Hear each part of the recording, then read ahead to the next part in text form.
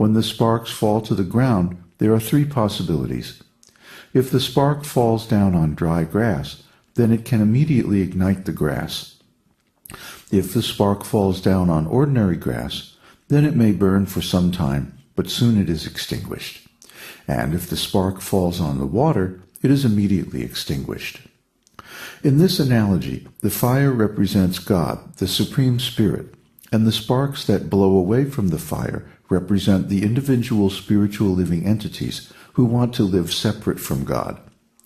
When they fall into the material world in the mode of goodness, they retain enough of their spiritual qualities to ignite these spiritual qualities in others by their association. When they fall into the mode of passion, their spiritual qualities are gradually extinguished by too much contact with matter. And when they fall into ignorance, their spiritual qualities are immediately extinguished. So, those who are captured by the sattva guna, the mode of goodness, are intelligent. They have got knowledge of spiritual life, and they can become a qualified brahmana and teach others. Those who are captured by the rajoguna, the mode of passion, are very active, always busy in material activities. And those who have been captured by tamoguna, the mode of ignorance, are lazy and sleepy. These are the symptoms of the three modes. All the material activities under the mode of passion and ignorance are foolish activities. But when one is in goodness, he's sober. He can understand the value of human life, how one should live, what is the aim of life, that the goal of life is to understand Brahman, or God. Brahma janateti brahmanaha. A brahmana is one who understands what is Brahman. Therefore, the brahmanas are conducted by the quality of goodness, sattva guna. Chatur varnyam maya shrishtam guna karma vibhagasaha. The four divisions of human society are created by me according to the three modes of material nature and the work associated with them. Bhagavad-gita 4:13. We have all been captured by one of these gunas. Therefore, one's guna has to be taken into account. It is very difficult to change one's adopted mode or material quality, but we can immediately transcend all these material gunas by the process of bhakti yoga.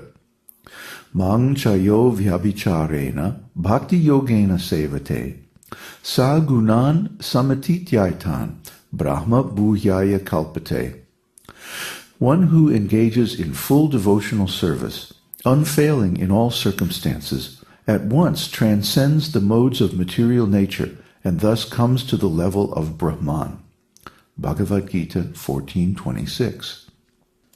So if you take fully to the bhakti yoga process, engaging all your time, energy, and work in transcendental acts of service to Krishna, then you are no longer influenced by any of these three material qualities, goodness, passion, or ignorance. Anyone who is engaged in the devotional service of Krishna, avyabhicharini, without any deviation, staunch, devout attention, such a person immediately becomes transcendental to all the material qualities because he is situated in his original spiritual consciousness. Devotional service is not within these material qualities. It is transcendental. Bhakti yoga is transcendental to this material world, and you cannot understand Krishna or God without bhakti. Bhaktya mam abhijanati yavanyas chasmi tatvataha tato mang tatvato jnatva bishate taranantaram.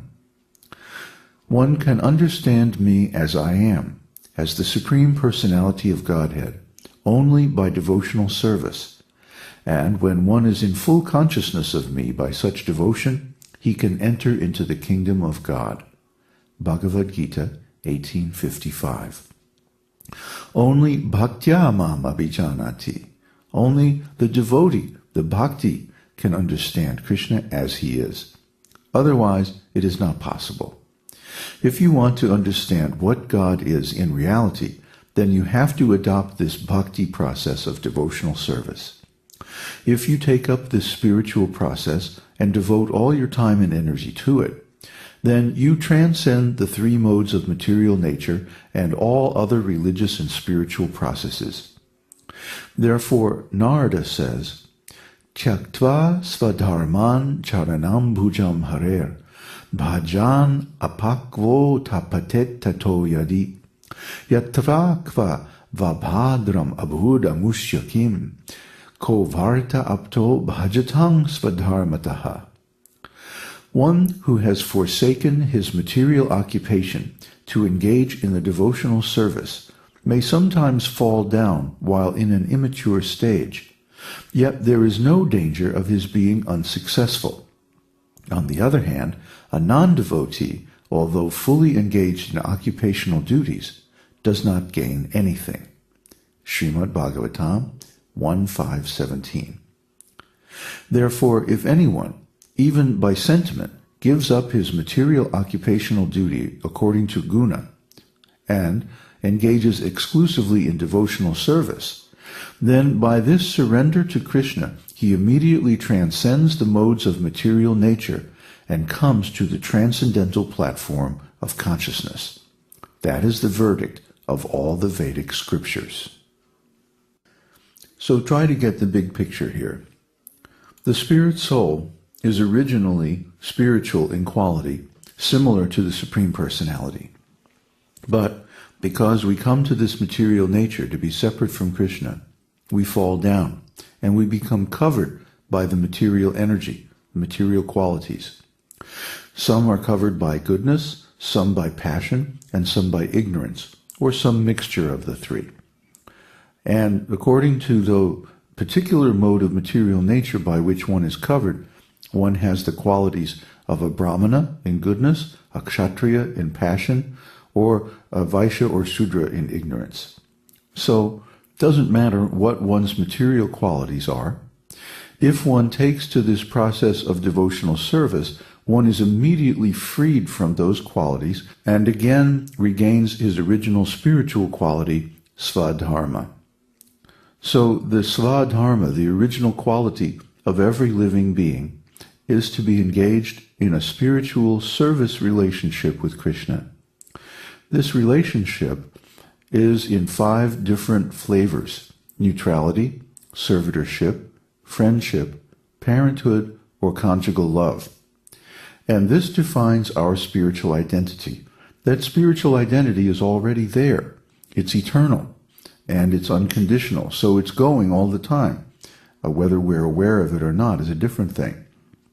When we come to devotional service, and if we come to the stage of engaging all our time and energy in that service, we automatically attain our original state, our svadharma. That's the secret of devotional service. Devotional service is not like yoga. When one becomes self-realized by the process of yoga in the impersonal way, one stops the process of yoga. That means the process is not eternal. But devotional service, once we begin, it remains our chief feature. It remains our occupation, even after liberation in the spiritual world. So, this eternal process of bhakti yoga is fully spiritual, and that's why it can help us regain our eternal perfect body.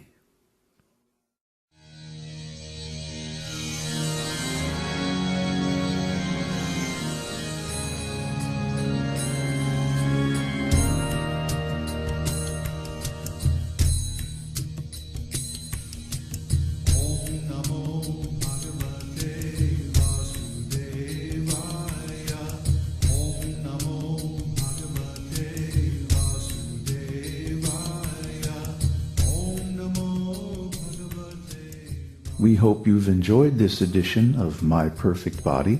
This is David Hughes, your host, reminding you to visit us on the web at esotericteaching.org, where you can purchase the complete Esoteric Teaching Introductory Seminar DVD and many CDs of transcendental music and mantras.